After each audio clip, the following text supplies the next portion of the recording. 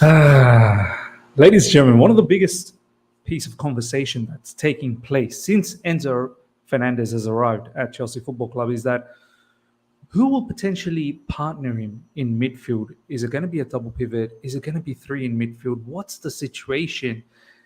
I think slowly we're getting a picture of what could possibly happen. Let's talk about all of this. All right. Here we go, back again on the other side of the coin.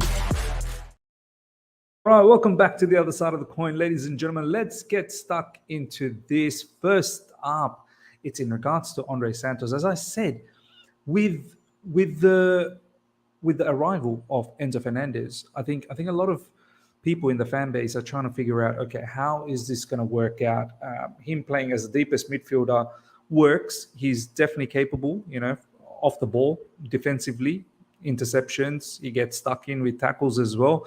If you see his stats against our last game with Fulham, he was leading almost every metric in the stats in terms of defensive side of things, and also from an offensive point of view as well. Passing, long passes, short passes, you name it, he was doing it all.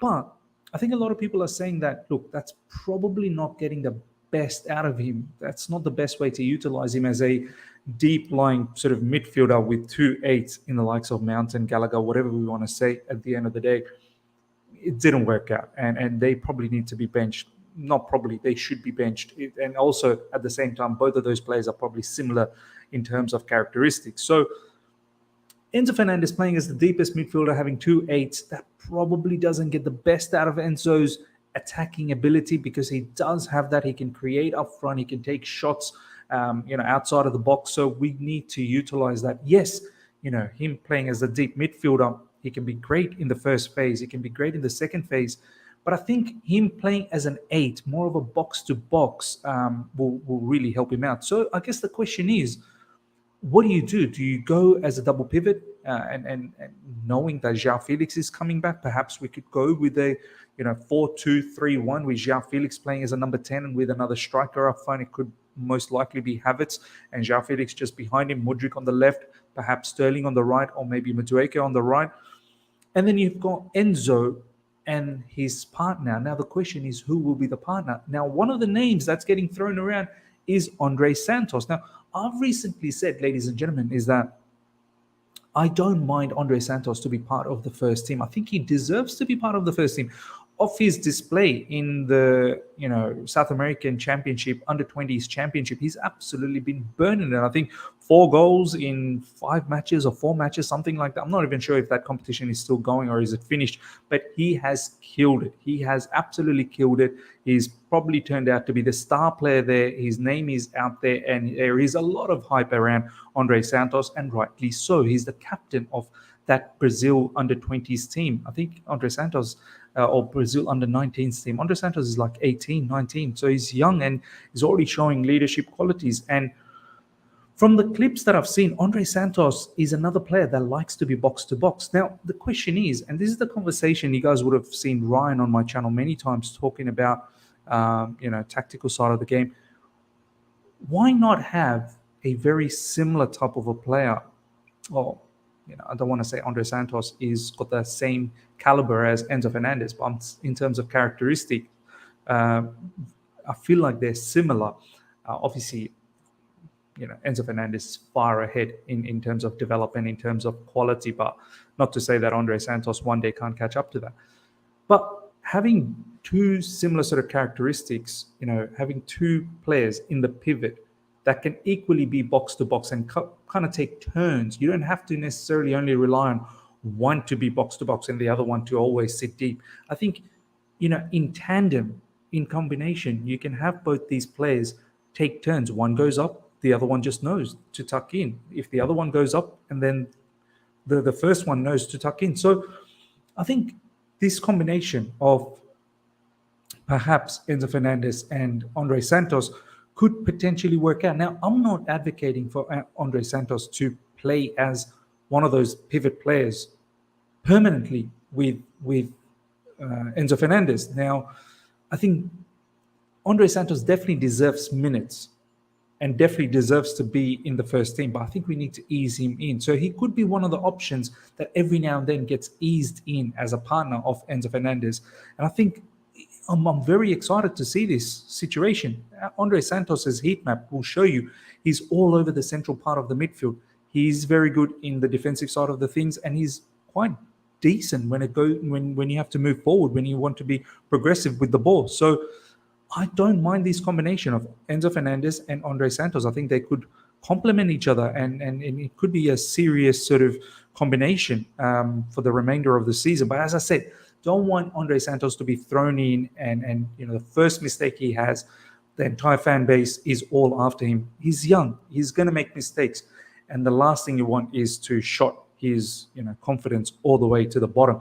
The other one that is getting talked about is this particular individual. First of all, let me know, ladies and gentlemen, how you feel about Andrey Santos being part of this. The other news, just quickly over here, Chelsea want Andrey Santos to join the first team as soon as possible. They want him for this season, and they're working on a work permit. Hopefully that work permit gets done nice and quickly. Lovely picture of Andrey Santos, absolutely ripping it apart for that under 19s, under 20s Brazilian South American Championship.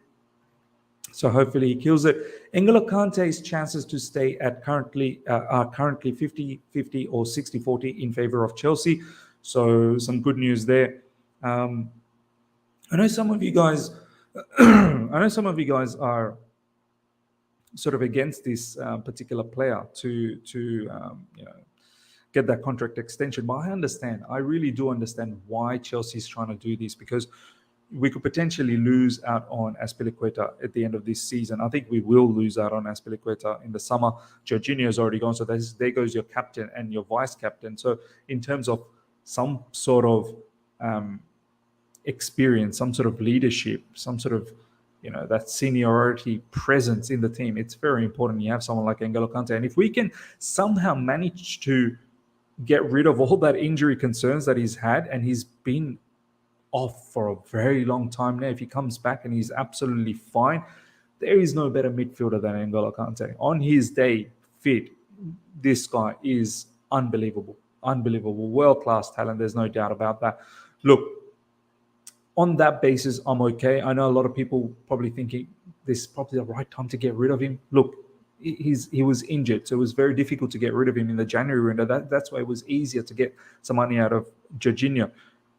Don't want to lose out on N'Golo Kante for a free at the end of the season. So from that perspective, it makes sense. Now, I know the contract terms, he's potentially going to still maintain getting paid the wage that he gets paid, which is very high.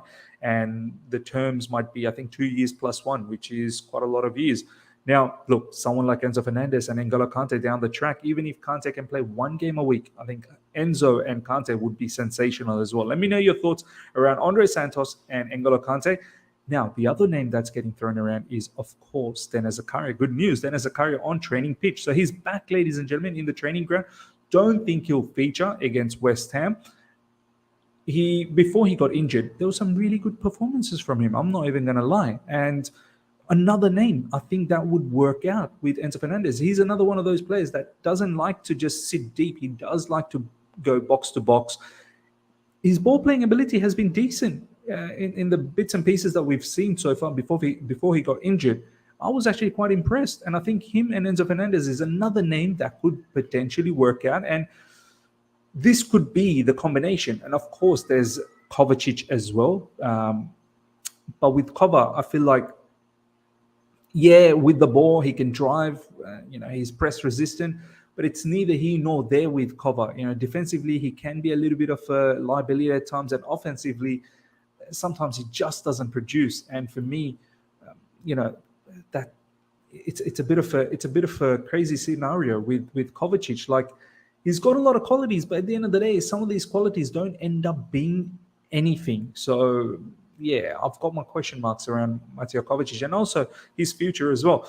This is what is being said in regards to Denis Zakaria from Simon Phillips. I'm told the club have yet to make a decision on Denis Zakaria, and a number of factors are being pondered first. So the club is somehow thinking about making Denis Zakaria as a permanent midfielder. Let me know how you feel about that. Contract situations with Mateo Kovacic and Ruben Loftus-Cheek could play a part. Obviously, Juventus are in the mud. They took a penalty.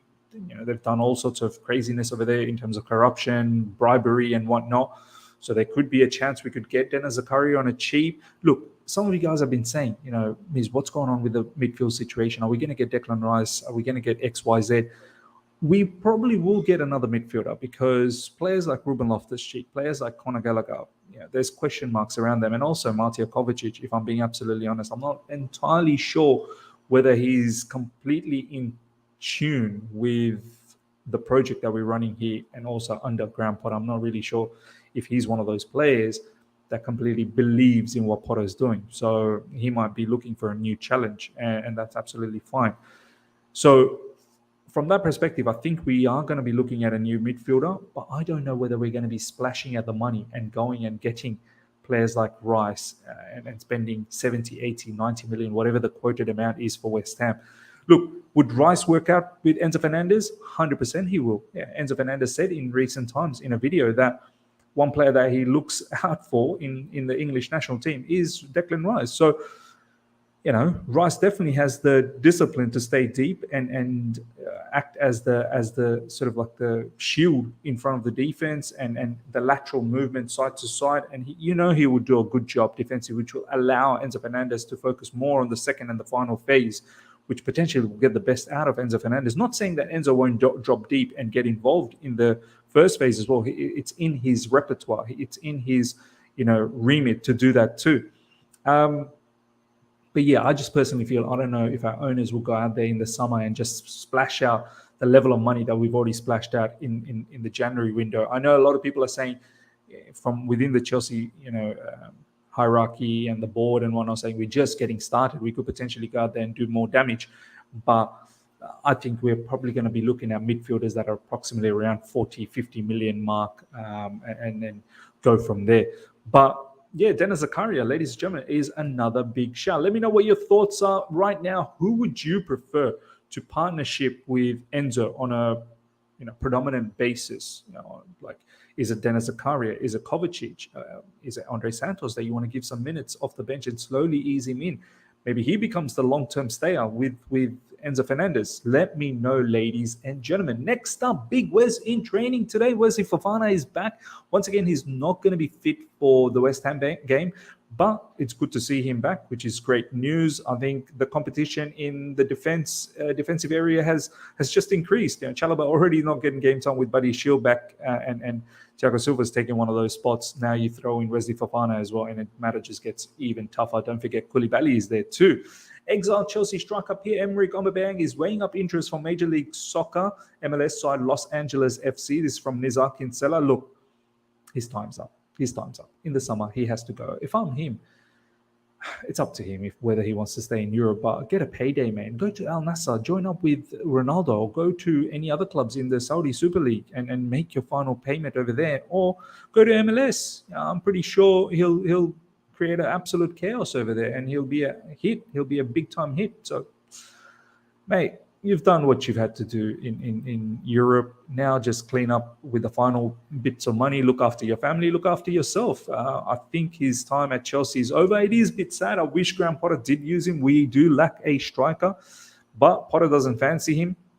Yeah, I would have gone with Aubameyang every now and then as opposed to Havertz, because Havertz has dropped stinkers after stinkers. But what can you do? Managers have their personal preferences as well, and Oba simply is not in the mix. Now, last but not least, ladies and gentlemen, in regards to our sponsorship, Chelsea are in talks with a number of companies over a lucrative new front of shirt sponsor to replace 3.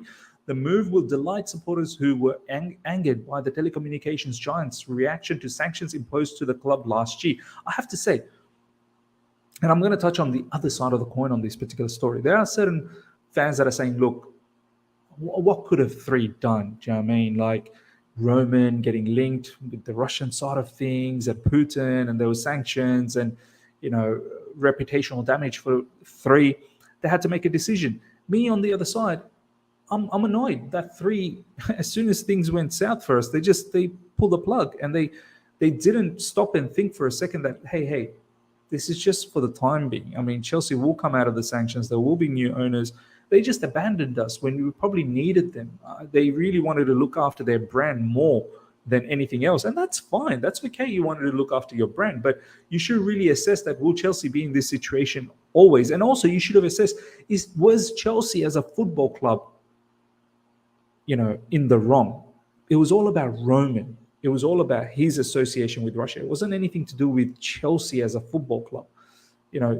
There should be a way where you can separate Chelsea as a football club, who doesn't have any political, say in any of these matters, and Chelsea's owner, whatever he does and did behind the scenes. Three should have been able to distinguish that and should have been able to, separate those two notions. And the fact that they didn't do that, and the fact that they moved away from us so quickly as soon as that news happened, it really did annoy me. When we needed some financial backing, when we needed people to stick around with us, these guys left immediately. But as I said, there are certain fans that are thinking, reputational damage. They did what they needed to do for their brand, no problems. But I'm fine. I'm fine for us to move away from Three, and I'm fine for our new owners to find a new lucrative sponsor. Three did well. They were handing out tickets to fans. They even reached out to me last season on a DM saying if I wanted to go to a particular match. But I said, obviously, I live in Sydney, Australia. It's not that easy for me to go to Stamford Bridge. So they do reach out to people and give out free tickets in their corporate boxes as well. So look, let me know what you think about the sponsorship. I'm quite okay. I'm quite fine for us to move away from Three. I think it's tit for tat. You guys didn't look after us during our hard times. Why should we do that? Well, it's not that you're going through hard times, but now that we're back up and now that we're balling, why should we stick around? If we can get a better deal, let's do it. Ladies and gentlemen, let me know how you feel about everything we've talked about. Smash the like button if you've enjoyed this. If you're here for the first time, subscribe, hit the bell notification to stay in touch with all my content, and comment below who would be your best player to combine currently with the players that we have with Enzo Fernandez, and why? Why do you think that would be the case? Let me know. Until next time, everyone, take care. See ya.